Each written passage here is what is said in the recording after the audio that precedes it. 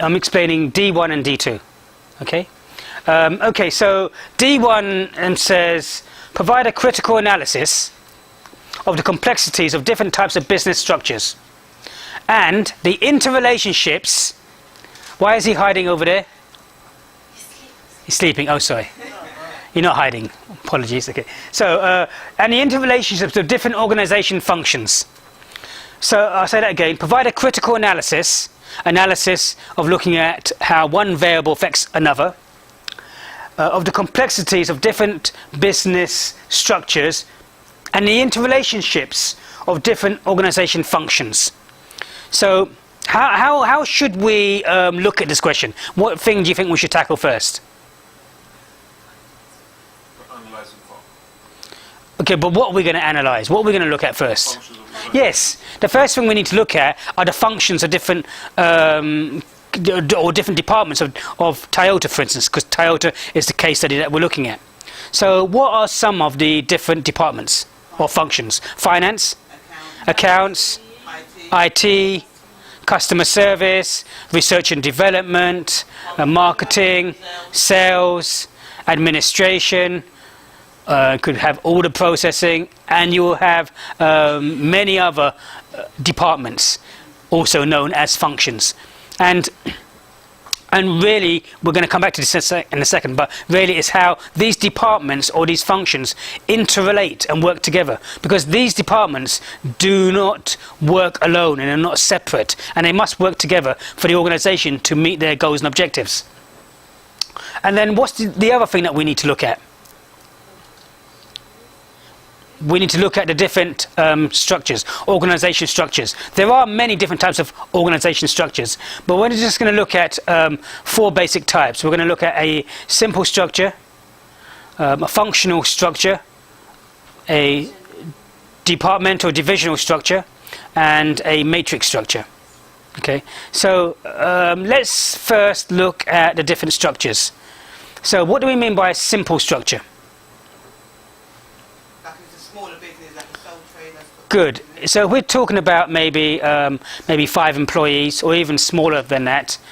We're talking about a simple structure where you don't have many layers, and you've got maybe one person in the business doing multiple tasks in multiple areas. So you may have the owner of the shop, for instance, doing the administration, doing the accounts, doing the marketing. Sounds difficult, more than simple. Yes. Well, it's simple in terms of the level of people. And it's simple in terms of the number of functions, because one person is doing the majority of those things. So it's a very simple structure in terms of a large organization. Structure, yes. Okay. So that's a simple structure. What do we mean by functional structure? Those that have those various functions. There's more departments in it. Yes, when we're talking about functional structures, we are talking about a hierarchical structure with more layers than a simple structure. And we are saying that the functional or the departmental type structure are going to be split by the sales and the marketing and the IT and the research and development, who will deal with all the products and services, regardless if you are based in one country or whether you are based in 90 countries. And here we can see the problem. If you're based in one country, you can obviously see how you can have one marketing department, one sales department. Can you switch that off, please? One IT department, one research and development department. We can see how you can have one of these. But if you have a functional structure, then your one marketing department is going to find it very difficult to do the marketing for all the countries worldwide. Okay, can you see that? So the one marketing department in the UK will find it very difficult to do all the activities and know everything about the culture and the advertising and so on and so forth in Mexico or in Brazil or in America. Like we've said, that when Neil Armstrong landed on the moon, he had his fingers up like this, and it meant A-OK. But in Japan, it meant if something was wrong. What was wrong? Okay, again, a miscommunication in terms of messages. And then what about a departmental divisional structure? What's a divisional structure? numbers of functional structures within each division? Yes, absolutely. Here you have more departments within each area or division. So you could have one division being America, one division being the UK, one division being France, and within the US, the UK and France, you will have the same departments. So you'll have a duplication of departments. So you'll have a marketing department, an IT department, a sales department, a production department, a warehouse department in the US. You'll have all of those departments in the UK, and you'll have all of those same departments in France. So in a way, you are duplicating the departments, because you've got now 3 marketing departments in a divisional structure rather than just 1 marketing department in a functional structure. Okay, so what's the benefit of having a duplication of departments? Well, a duplication of departments, they're going to be specialists in that area. So if we are in the UK, we're going to be specialists in the UK. We're going to be more, we know who the target market are, we know who the people are like, more so than someone trying to do the marketing from Japan. Or if we were in the UK, how would we know what the marketing should be in Japan? We don't know the customer base, we don't know what the language is, there's going to be various other barriers. Okay? So, and then we have a matrix structure. What's a matrix structure? Matrix structure is what?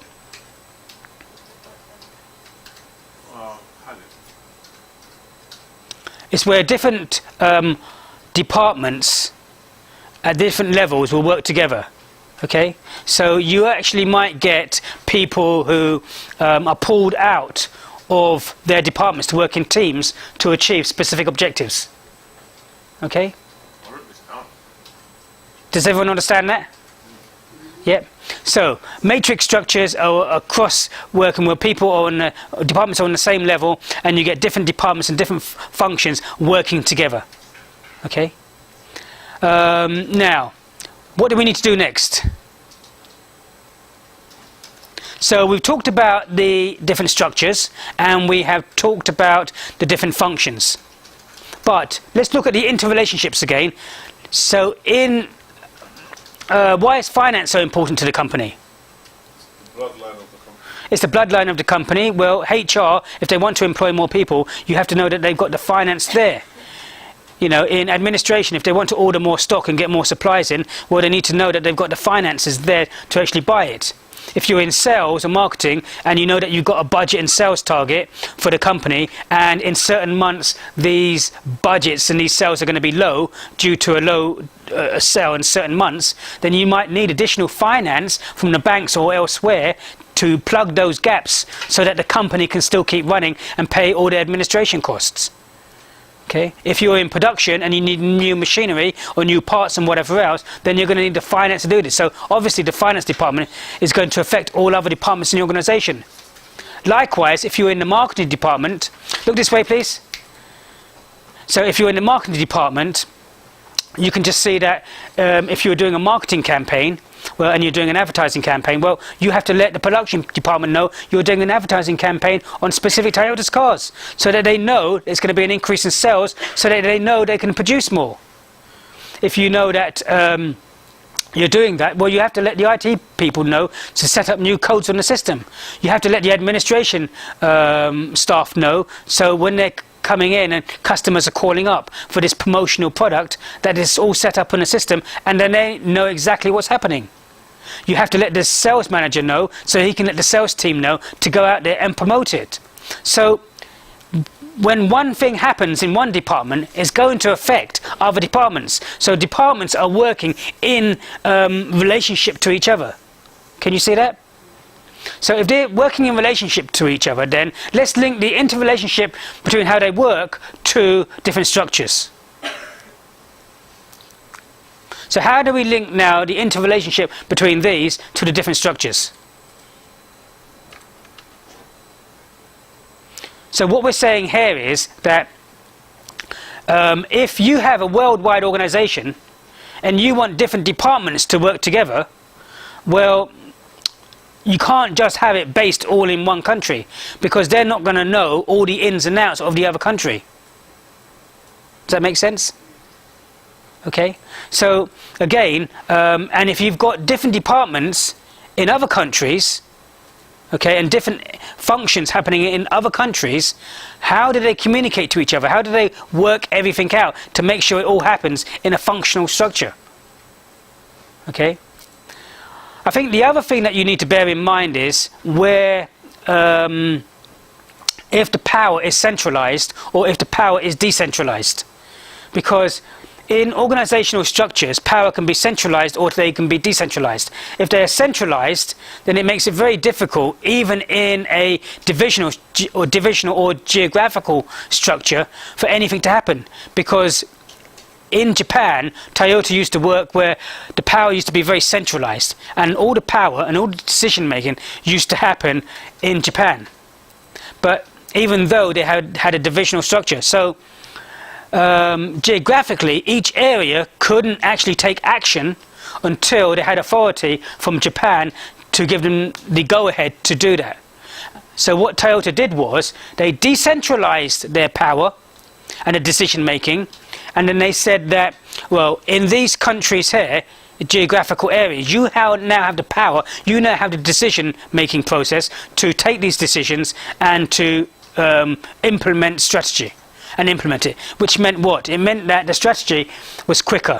The time taken was quicker, because you now no longer had to go back to their central head office in Japan and then come back down to the geographical area to say, yes, go ahead and do that. So you're saving time, you're saving money, and you're saving resources. And so you're becoming more competitive because you're lighter on your feet. You're getting things done to react to the competitive or highly competitive environment and marketplace. Okay, so basically, to answer this question, you need to talk about the different functions, the different departments, and give some examples of how they interrelate to each other, of finance and marketing, for instance. And then you need to explain the different structures. Explain the 4 different structures: a simple structure, a matrix, a functional, and a divisional structure. And then say how the structure, how the interrelationship between the different functions are going to be affected by the different structure, and how centralized or decentralized the power is. You need more decentralization or power in large organizations to make things happen quicker. Otherwise, if you have centralized power in one company that operates in 90 different countries, then it's going to take such a long time for decisions to happen, and by the time you decide to take action, your competitors are already ahead of you. Okay? Are there any questions on that? None? Okay. So let's look at D2 now. D2 says, critically evaluate the impacts of both macro and micro factors have upon business objectives and decision making. So critically evaluate. So to evaluate means to look at the pros and cons. Okay? And to critically evaluate is really to look at the pros and cons and then give your own opinion. So we need to look at some of the pros and cons of the micro factors. When we're looking at micro factors, we're looking at maybe some of the strengths and weaknesses. Okay? Not really the opportunities and threats, but the strengths and weaknesses. And let's relate it to Toyota. So some of the strengths and weaknesses of Toyota, what?